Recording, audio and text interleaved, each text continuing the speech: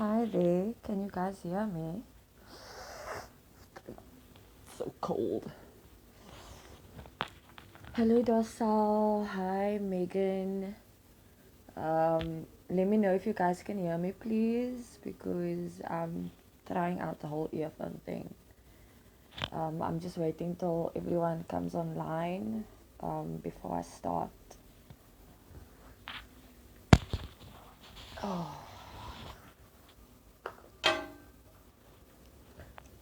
I can't see who's watching, but hi everyone. Oh, I would love to say that I'm never drinking again. Like, die. I did put a topic on here to say that it's mental health awareness. So you guys can hear me, right? Morning, Megan. Let me know if you can hear me, please.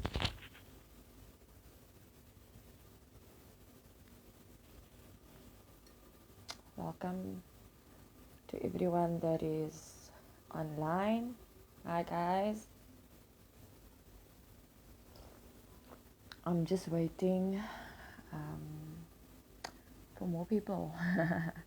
Morning, Andrea. I take it you can hear me. Oh, awesome. That is great. Comments full screen. I don't know how that works. I think this is my first live in a while. um, I'm still trying to wake up from my weekend, so forgive me if I'm a bit slow.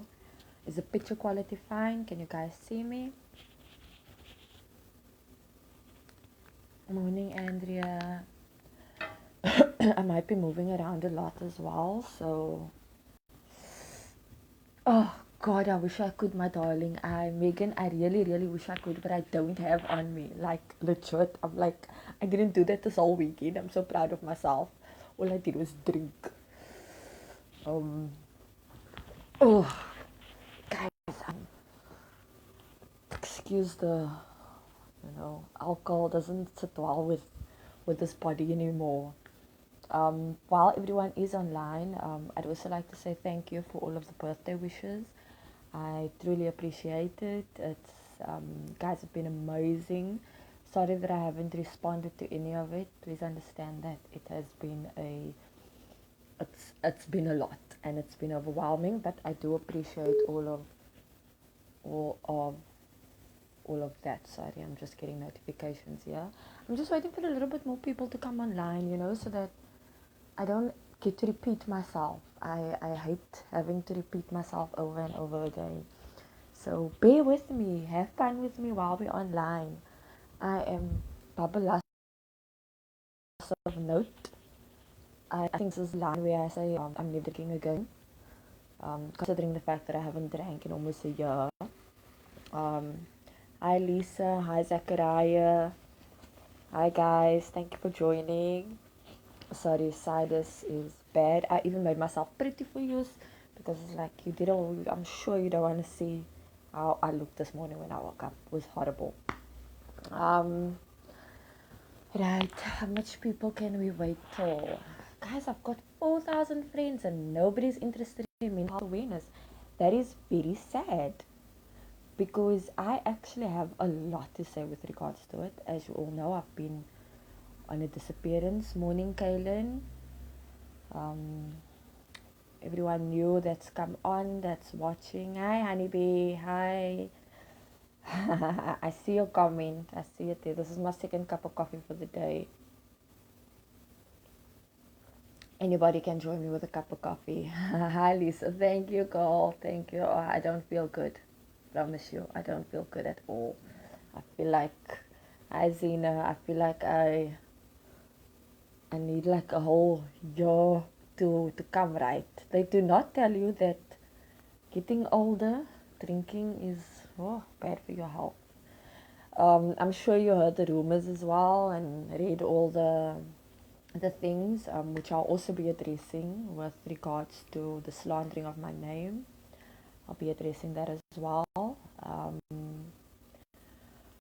you are free to ask any question with regards to my disappearance. Hi, Lyndon. Hi, Emlyn. Hi, Ashley. I see a lot of people going offline as well. Oh, well, I guess I'm not pretty enough for y'all to stay online. Hi, Kaylin. You know what? I was caffeine free for 5 years. And when I ended up in hospital last year, they obviously they freaking give me coffee. So now I'm addicted, and I'm freaking drinking Jacob, which is like hardcore shit. Um, just be beware. This might have a lot of swear words in here. Might be sensitive. A lot of sensitive information will be shared as well. Um, and yeah, hi Melanie. See you online. Okay, I'm gonna wait till we're on in 20. Okay, bye. You don't want to be up. And morning, Brendan. Morning. You know, this is like, I can't remember if I did a live. Oh, yes, I did a live yesterday, but it was like such a short live. Thank you, Ashley, for the hearts. That's so cute.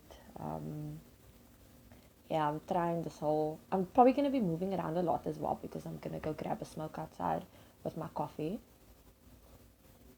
And look at this beautiful. I have to show you guys. Look at this beautiful cushion. Like, hi John. Salam, Robin, Joshua. Look at this gorgeous cushion. Like, seriously, this is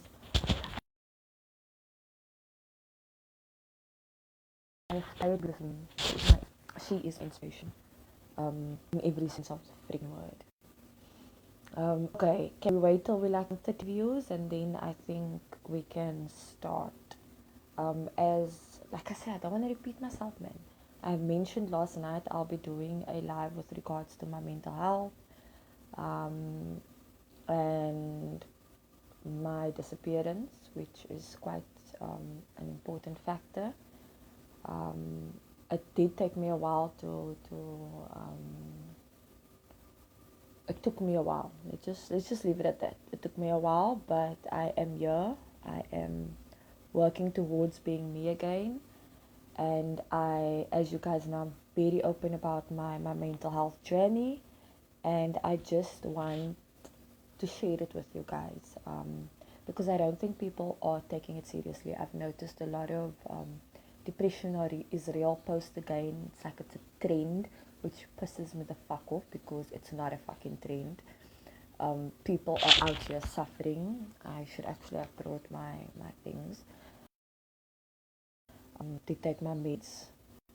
Um, this whole depression is real post that is going down, with people that it's like, you know, they found someone. Hi Jason.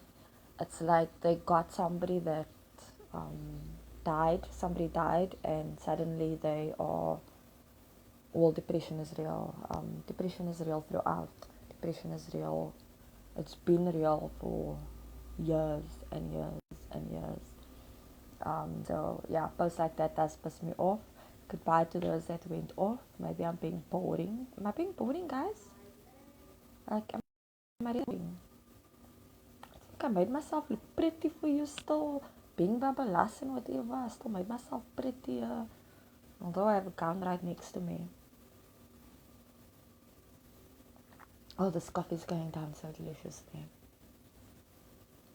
I know some people wanted me to save the live. The live is public. You are free to share it.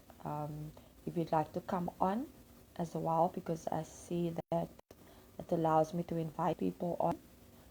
I don't know how that works, but you can explain that to me. If you'd like to come on the live with me, that can be done as well. Yeah, I'm losing viewers. I'm so sad. It's so depressing. It's like nobody wants to talk about mental health. Are you serious? You guys gonna wait till one of your friends freak, and then you're gonna be what? Depression is real. Like, fuck that shit. If I'm gonna see something like that, I'm going to strip my mood off. I'm just saying that now. If I have to see somebody's friend that died from depression and you're going to post and you weren't on here, then off my Facebook, please disappear. I'm also going to share quite a few personal things which a lot of people might not like. I am not bothered by what you like and what you don't like, as you all know.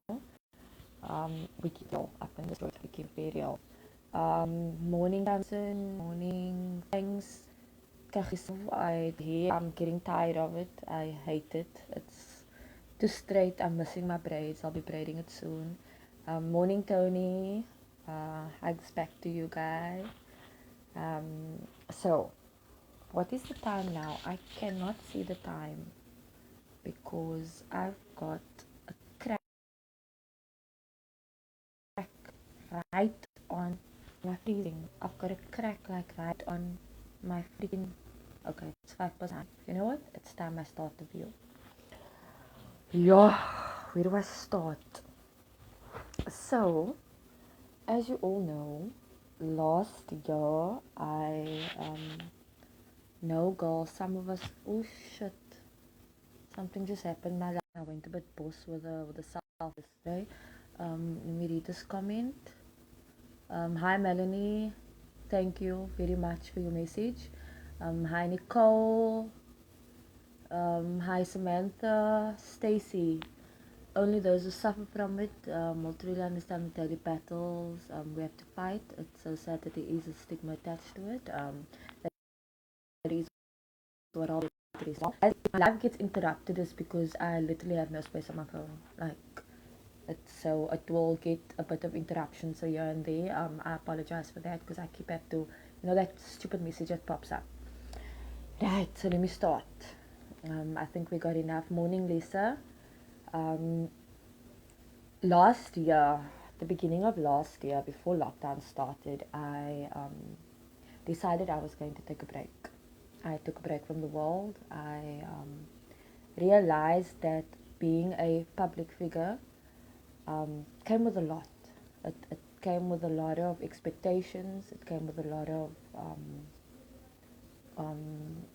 stress. It just came with a lot of shit.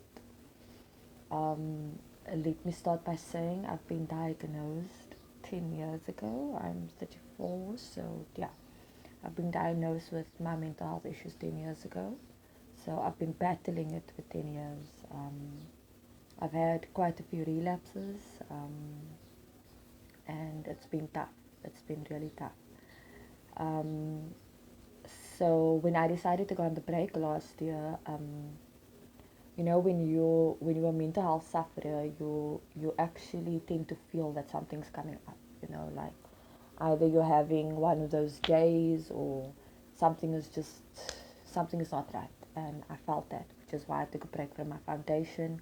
I took a break from my show. I took a break from being me that everybody thinks I am, or everybody, I can't say portray me to be, but the image that everybody created of me, I took a break from that. And it was good before lockdown started. Lockdown happened, and the beginning, morning Samantha, the beginning of lockdown, it was easy, when you have, so let me give you my diagnosis. Do you know what? Give me a second. Morning, Jojo. Give me a second. Let me actually just get it.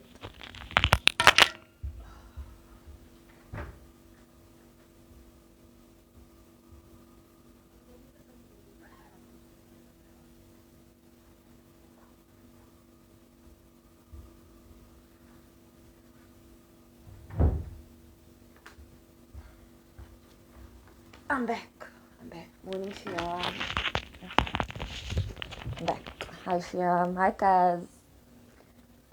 So to make you guys understand that this is how real it is, you actually go through a screening process.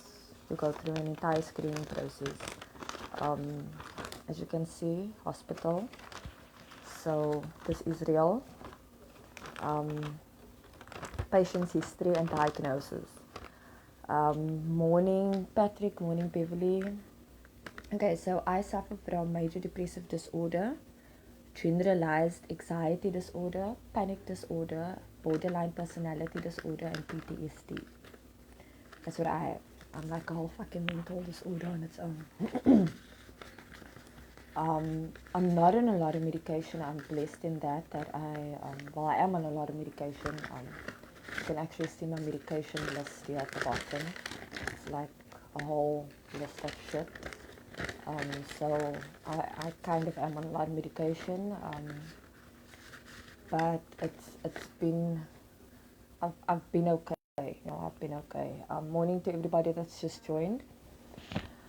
Then lockdown happened. Let me continue my story. Then lockdown happened, and for those that know mental health, lockdown was like perfect for us. We felt that lockdown was perfect. Morning Beverly, morning Bianca, morning Elsa. So because it's like we didn't need to face anything. That whole not having to go out, the anxiety of all of that, blah blah. You all know that. But then lockdown kept getting extended, and I live in a very tight space with my family, and I've never been open about my mental health with my family. I've never been open about my past with my family. You guys know about my past. I advocate for gender-based violence, so that goes without saying. I do have one, but on the 7th of September 2020, I had a breakdown, and this wasn't just any kind of breakdown. It was self-harming. I can't show you on my legs because my legs is covered at the moment in my jeans, and I'm not stripping for anybody. And it was my fourth suicide attempt as well. I think I'm banned from Spur in Westgate Mall. If anybody is nearby, find out if I am. I might be. The breakdown was that bad. Morning Shawl Matthews. And I took an overdose of my medication. I don't know if my friend is on here watching, but Nadia Christians, you saved my life. I need to tell you that publicly. You really saved my life. I didn't tell anybody. I was just I couldn't tell anyone. Not that I couldn't, it couldn't come out. It couldn't come out. And for some reason, Nadia just got the feeling that she knew something was wrong, and she came all the way from the northern suburbs. Why were you banned at Spur Westgate? Because I'll get to that now, Lisa. So what happened was I lost my job during lockdown. The salon that I was working at closed, and Morning Lauren. And then when lockdown started lifting, when the levels started lifting, I applied for a job at Spur. Let me add, I am an NP. I have my own NPO, so I am got a certificate in business management. I've worked for Spur for years, and I freaking know that menu like at the back of my head. I was the eldest also amongst the trainees, so that was also a bit of I think I was the eldest amongst the management as well. Hi Natalie, hi Lauren, welcome. So what happened was one manager started treating me differently. Let's say she was just being a bitch. Because it was my first weekend and I ran the barista that weekend. The milkshake section, I ran that. In the cool drink section, I ran that. And the manager above was okay with that, so I think this particularly wasn't. She was very against the fact that my knowledge was more and she kept putting me down, saying, yes, but things are different, and it's been so many years ago. I suppose menu hardly ever changes, and we all free at Spur, so I think we all know the menu by heart. Then the Saturday was my second day, and she had an issue with my clothing. I had no money, and a friend had sent me money to buy a t-shirt and to their liking, morning Tasha, and I bought the t-shirt. I wore the jeans that they wanted me to wear, but apparently the jeans was just not right, which I found extremely strange because there was somebody that was wearing the exact same jeans as mine, like literally exactly the same, and there was an issue with my jeans. That's not how it started, but this is just escalating. I don't want to go too much into the story.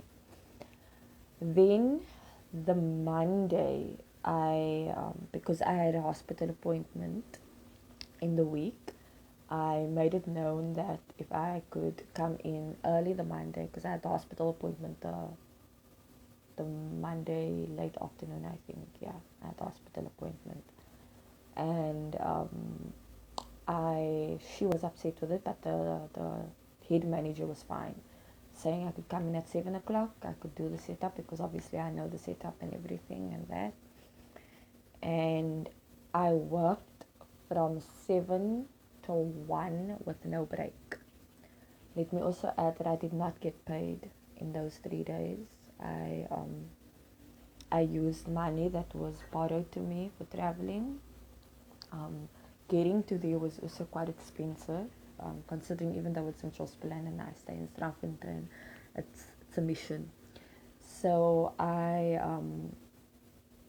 needed a break. I mean, I was working 7, 8. Actually, I was there after 6. So let's say 7, 8, 9, 10, 11, 12, 1. I was working 6 hours without a break. So I asked one of the girls if they could watch over the section because I was again manning the one section alone. There was nobody there. And this is none of their permanent staff was there. You have to remember I was a trainee on 3 days and I was managing a whole section on my own. So I asked somebody if they could just cover for me so that I could go take a break because I had nothing to eat. I had absolutely nothing. As I went out, the manager called me back and she's like, yes, I can't go out. So I was like, okay, fine. But she made an extreme issue about it. Now, besides having anxiety and that, I also am quite claustrophobic as well.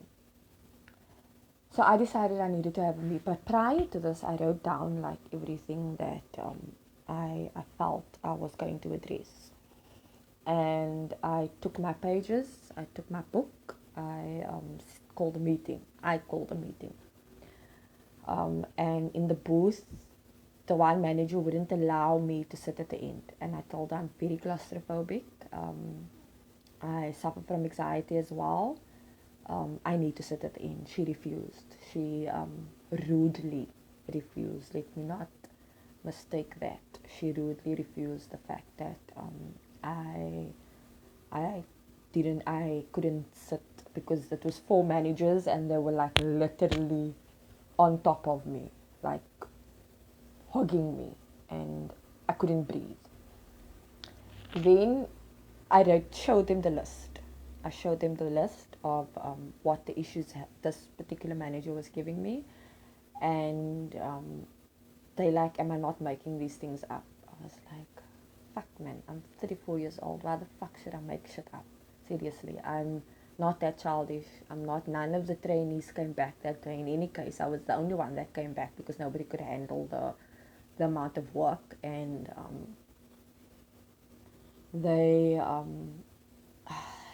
then the head manager he said something which kind of fucking split my mood.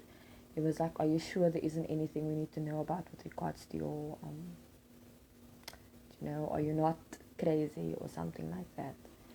And I looked at him and I was shaking so much, right? I was shaking because I hate that I being made felt like I'm lying.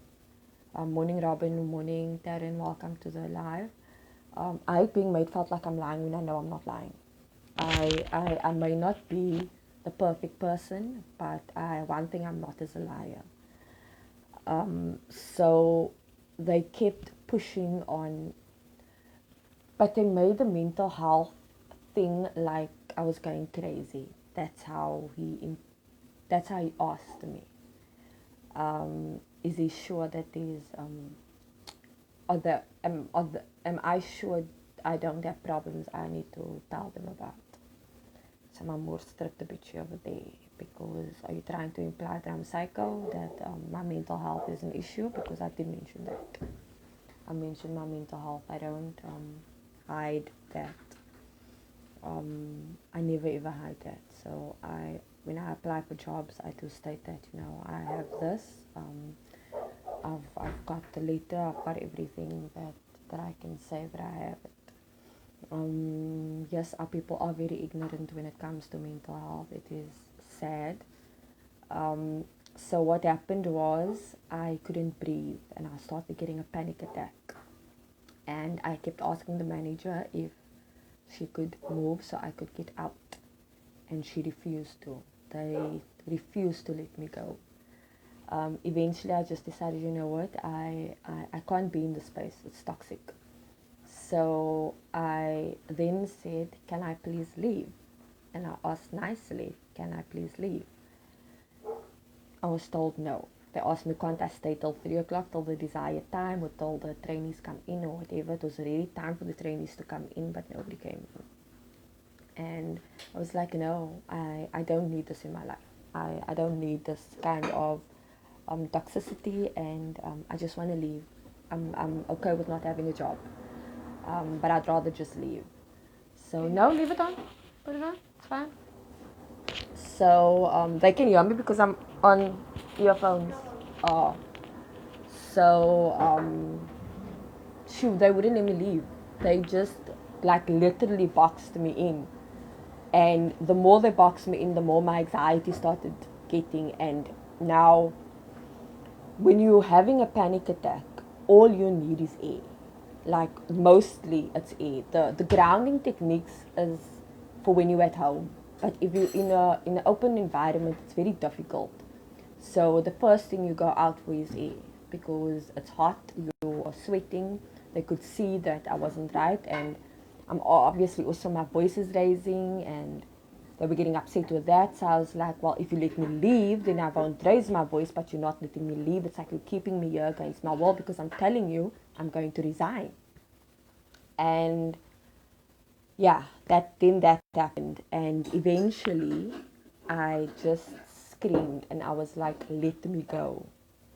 And then this is like, you don't need to make a scene and all this stuff. So I'm like, but you're not letting me go. I want to go. I want to quit. So why are you keeping me against my will, and why are you boxing me in? Morning Nolan, morning Lucille, and morning Rashida. So I deliberately then raised my voice because you are boxing me in. And I'm telling you, I'm claustrophobic. I'm telling you that I can't do it. I can't do this. So they took my name and my number and whatever. Like, yeah, they said thank you for that. They're going to make the other Spurs aware of me and whatever. So I said it's fine. I don't care. I don't care. Yes, jobs might not be easy to come by, but it wasn't worth sacrificing my mental health for. And that's no, I actually list for cook, but I don't want to now get up and cut it up now. So I still got birthday cake.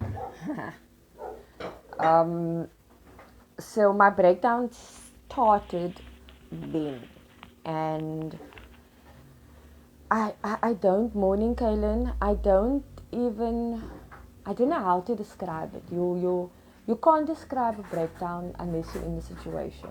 It's very difficult. But spur wasn't the reason for the breakdown.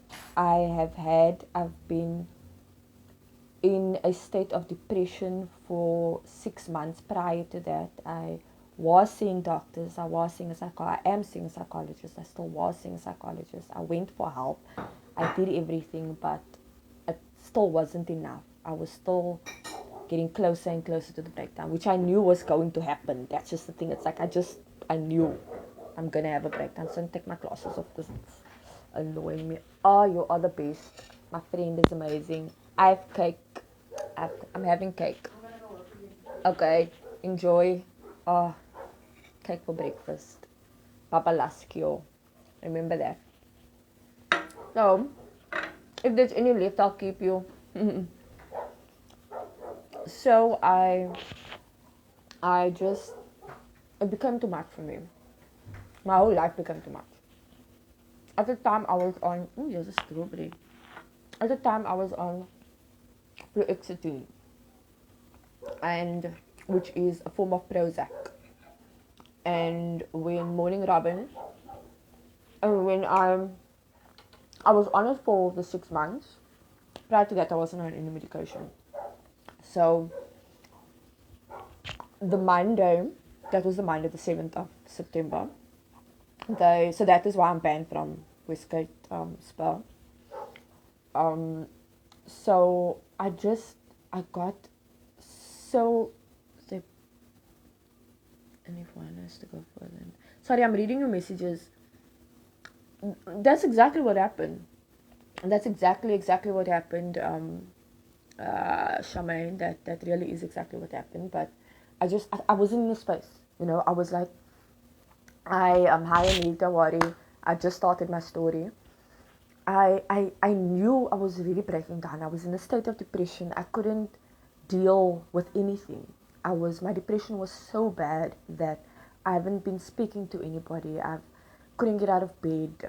I couldn't nothing. I couldn't exist. I could no longer exist. And the spur incident was just the top of the cake. So I overdosed on my medication. Luckily, my friend Nadia came just in time, and the breakdown was so severe that she needed to take me to hospital, because not only was I suicidal, I was self-harming as well. So I ended up in Victoria Hospital, and that's when I went missing for those 3 months. So I was in Victoria Hospital for 3 weeks. I was kept in isolation, which is, let me tell you, they treat you well, but it's hard. It is hard. My depression was so severe that I didn't sleep. I was sitting there. I was looking for anything just to cut because I needed to. I ended up finding a needle, and I was just cutting while under the blankets while nobody could see. Morning Samaya, I was doing. I was taking my meds. I wasn't doing anything bad with my meds or anything, but it was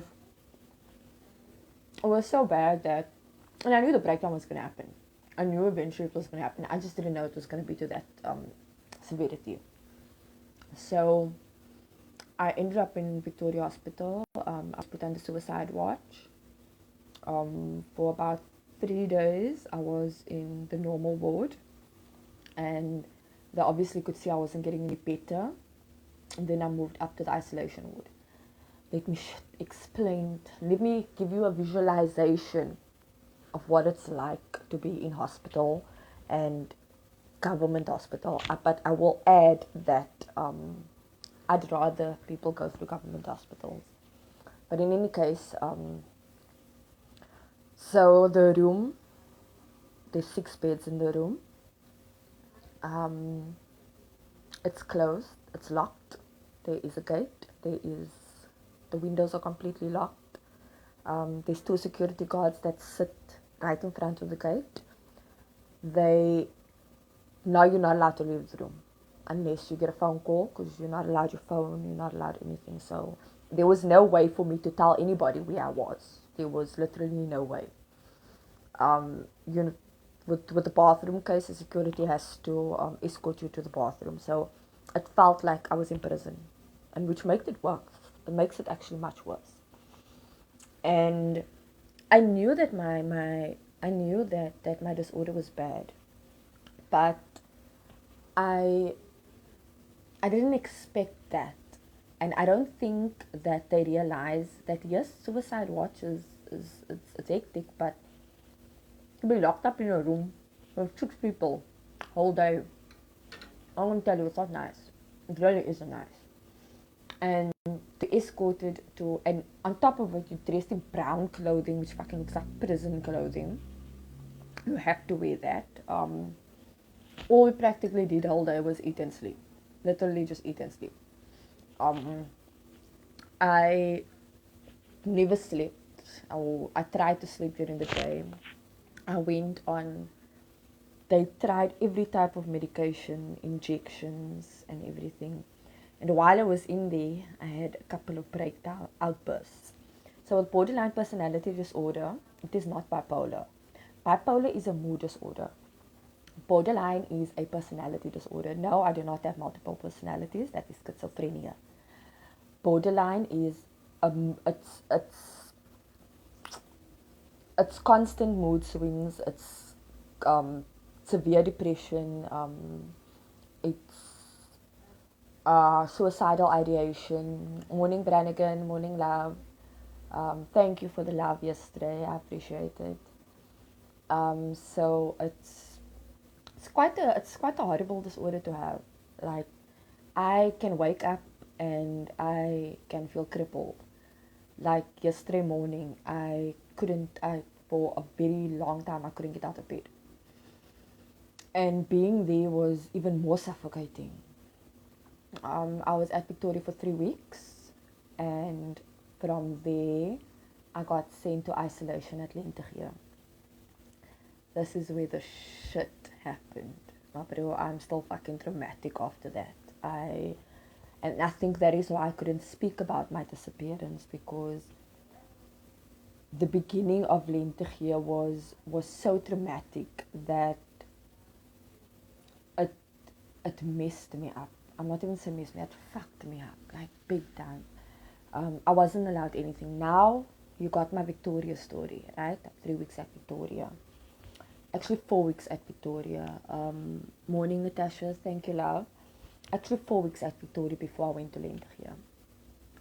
Get to Lentegeur, I'm stripped of everything, as in everything. Only allowed 2 panties. Um, they keep my face cloth, my toothbrush, my soap. The room is, whew, I actually counted 11 feet was my size 6 foot. My size 6 foot was 11 and 12. So 11, 12. That's how big the room was, right? Both sides, like square, tiny square.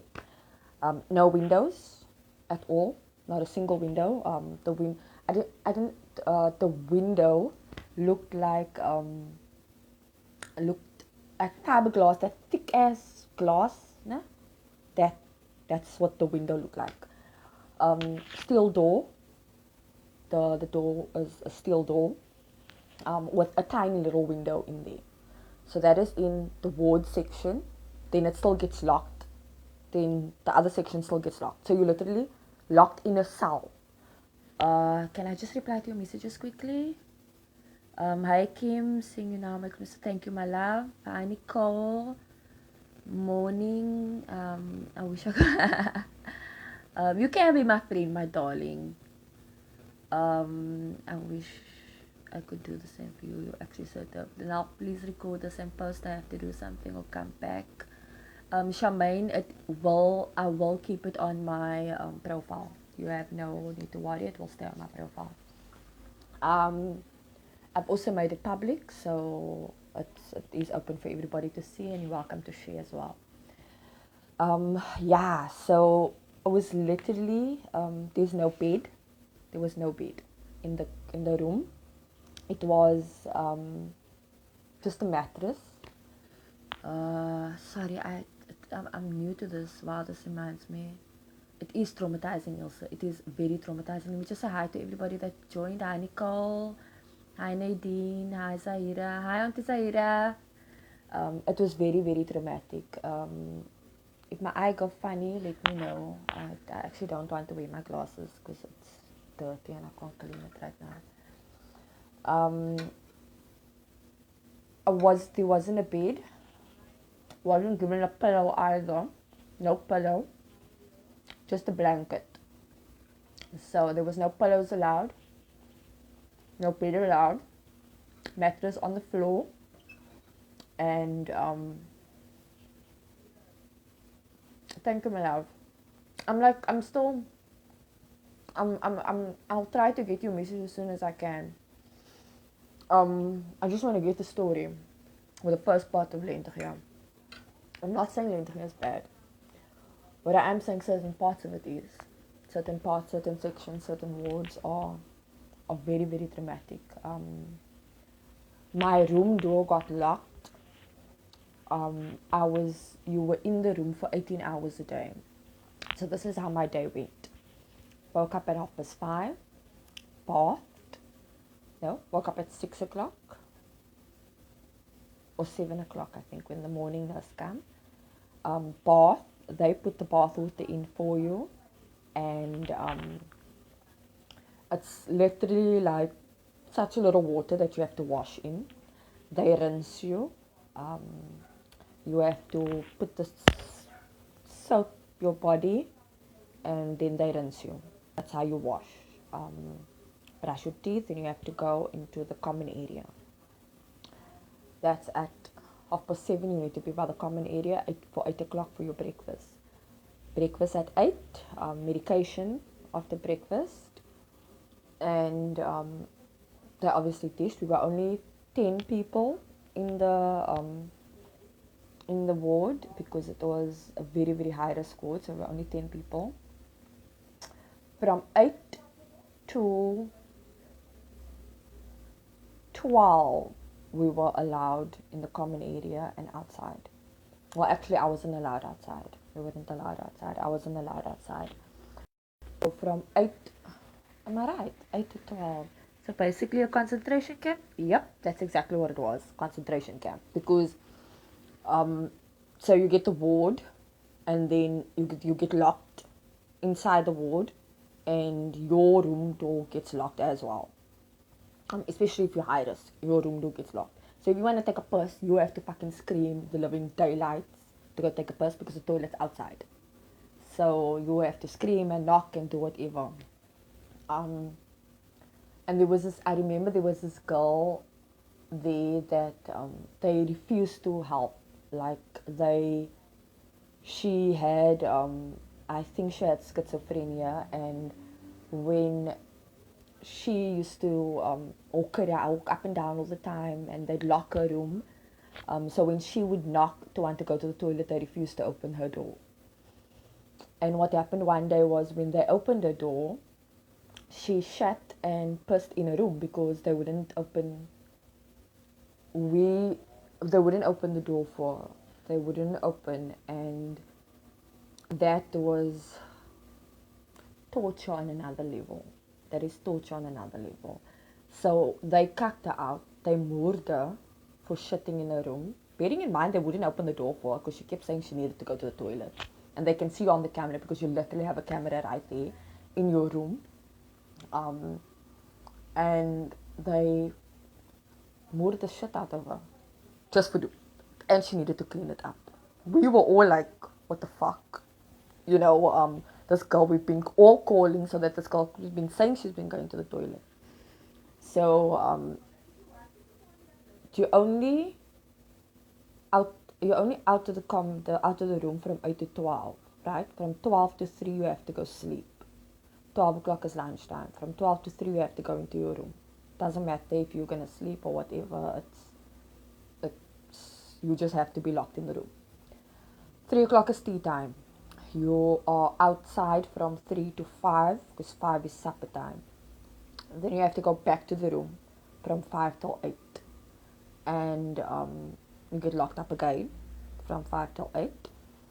And at 8 o'clock, the night nurses will come, and they will, you'll have your slice of bread and your tea, and then you'll get your meds, and then from 8 to 7 the next morning, you're back in the room. I'm trying to go through all of your messages quickly. Let me just Tertia, you can inbox me. Thank you for sharing. Thank you, Hope. I did do the concentration camp one. Yeah, that is abuse. That's the only one story. You mustn't hear the other stories. That's what I'm saying. This live is gonna be long because there's still more stories. The video is public, Ilse, so you are feel free to share it because I am not hiding the fact that this treatment was cuck. It was the nurses were God, I think I was the only one that fucking complained about it. Hi Jared Ricketts. Thank you for your concern.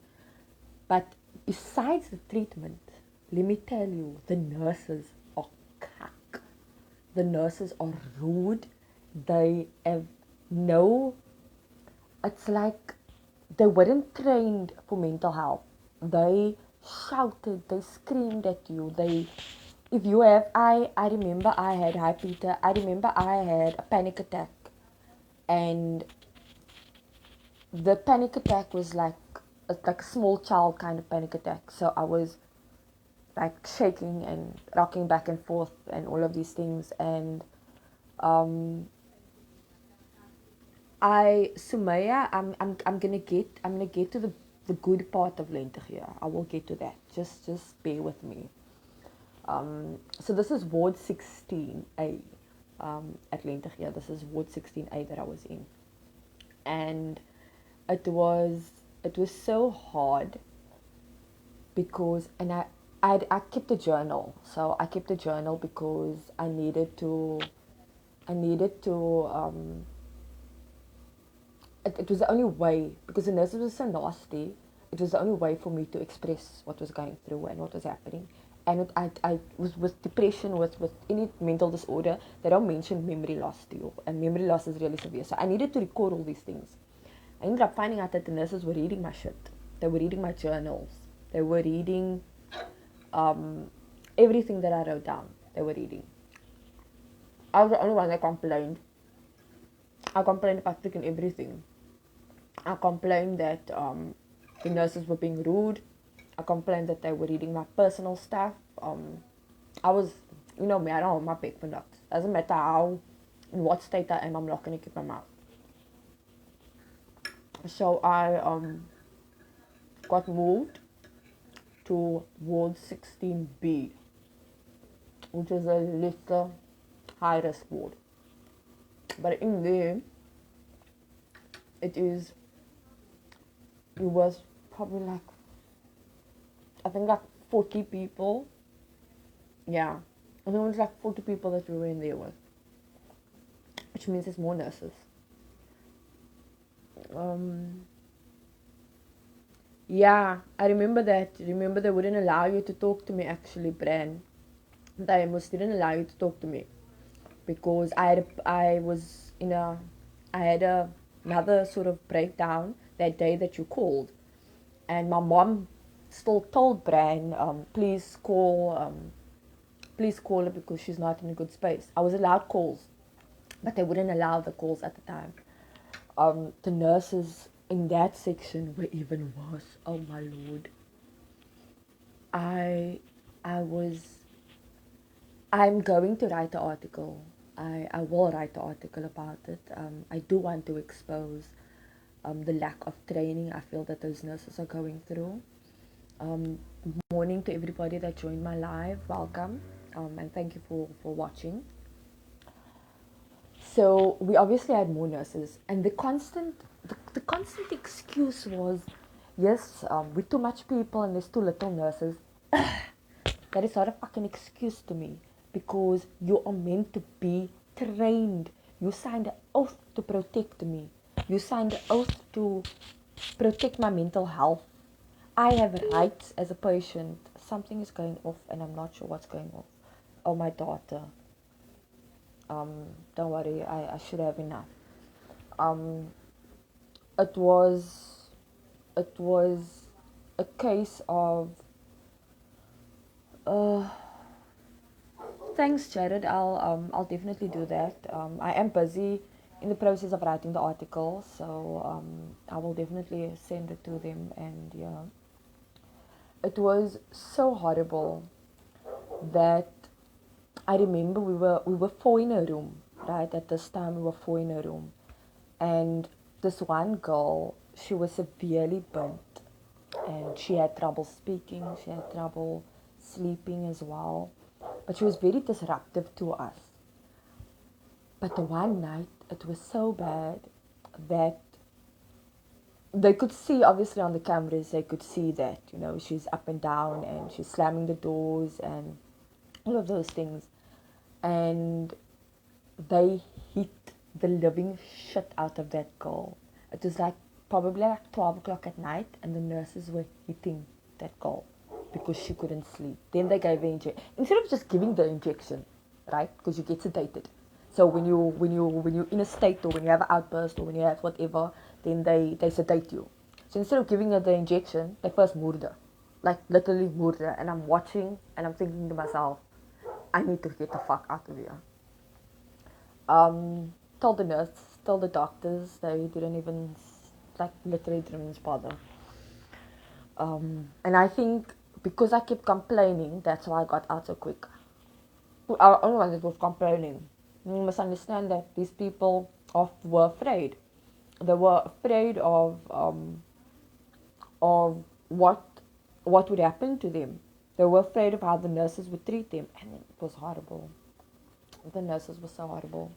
I can't even remember names. I just know there was one particular nurse that I wouldn't even greet, because she comes in and she starts shouting. And it's a case of,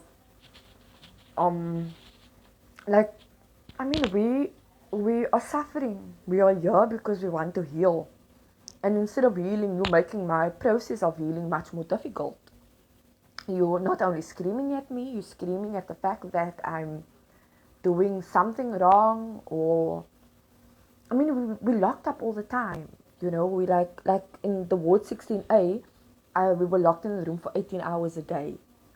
I saw the sun for the first time after a month and a half. I saw the sun for the first time. And then I was also banned from going outside again. Sorry, close to getting out of the facility. I could hear the pain in your voice. Those nurses need to be... yeah, if I could remember their names, honestly, I would. Then they began... Harry, I'm forgetting about my coffee, guys. You must remind me. Then, it's because I'm fucking eating the cake the whole time. Then then it just became... There was one nurse. Like one nurse, it was nice. Like really only one nurse. It was like really nice.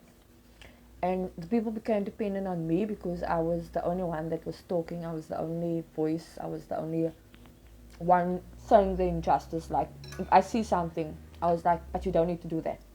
You don't need to be so rude. We are. You are. And I would like go to this thing where it says patients' rights and whatever, and I'm like, I have a right. You're abusing me. And that isn't right. I didn't give a shit. Their only excuse all the time was, you guys are too much for us. Then fucking get more staff. That's the thing. You don't have to be rude. You don't have to be a bitch because you're dealing with so many. You're supposed to be on training for the mental health. And I mean, these people that's gone through a lot. Women that were raped, that were girls. There was young girls. The youngest was 18. There was young girls there, and these young girls were like, and the more bad the treatment, the more shitty treatment they got, the worse the condition would get, because I mean, if you're gonna be treated like cuck all the time, you're going to be afraid, you're going to withdraw, you're not going to heal. So I would like tell the psychologist to say, I would tell the psychologist these things, and they would like just be shocked.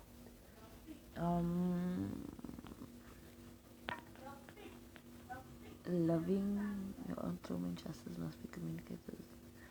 Yeah, I can't, for some reason, when I say see more on the comment, oh, it does now allow me. You're never too much for people who are equipped with the exactly, Nick, exactly what you're saying. So I would tell my psychologist and the doctors that would check up, and it was like nothing. Like it was just the excuse was always yes, but we're too much for them to handle. They fucking get out of the fire job. Simple as that. You made an oath to take care of me, but instead you're just making my situation worse. And I think that was the reason why they sent me home early, because I knew I still wasn't right. I knew I couldn't cope with being outside. I knew I wouldn't be able to. I think I got an invite. Um, okay, add these friends won't be able to watch the live unless they're in your selected audience. Okay, so sorry, I saw the invite too late. Um, and I think that's the reason why they sent me home early, because according to them I was improving, but I knew I wasn't. Um, I got home and it was very difficult. It was extremely difficult being home. I couldn't get out. I couldn't. Miss now was inside for 3 months. I was September, October, November. I came out the end of November, of October. So I was from the beginning of September. I was in the hospital until the end of October. And it, when you're in isolation like that, you don't know how to deal with the outside world, like literally. It's enough that lockdown made me feel like I didn't know how to deal with the outside world, but being in that situation made it even 10 times worse. And I couldn't cope. I couldn't cope with being outside. I couldn't cope with my attacks got worse, my sleeping got worse, my everything got worse because I couldn't cope with being outside. All the injustice that happened inside, I felt that I was too scared to go out. I never went outside of the house for like 3 weeks, I think. What the worst part of it all was for me personally was that nobody seemed to care when I came out. I got a lot of messages, um, and I'm grateful for the messages that I got. I joined in the middle of your love. Were you diagnosed with depression or Jared? I, I, I, I keep forgetting what I have. Sorry. I'll repeat it again. So I've got major depressive disorder, generalized anxiety disorder, panic disorder, borderline personality disorder, and PTSD. Hi, if you don't know Jared, I have a lot of trauma from young age already. I've been diagnosed with my mental health 10 years ago, when I had my first suicide attempt, and I had four. I've had four suicide attempts. Let me just give you a background of me. I was molested as a young child.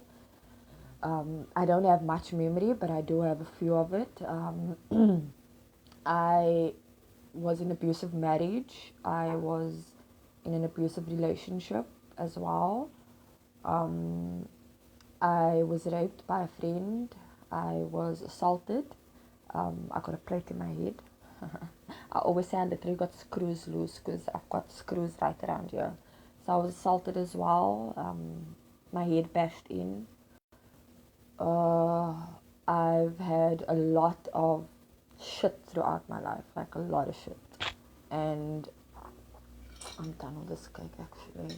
And it was, yeah, so the breakdown was bound to happen. The breakdown was sort of bound to happen. But I was trying to deal. I seeked help. I did. It wasn't a case of I'm looking for attention or anything like that. I went out and I sought help because I knew something was wrong. I knew I was getting worse. When I came home, I couldn't get out. I couldn't, nothing. And going back to what I was saying about personally, it felt like nobody was there for me. Everybody was there for me online, but nobody came to see me. Nobody came to check up on me. Nobody, and that hurt because I already wasn't allowed visitors there as well. And when I was allowed visitors, it was only for 30 minutes.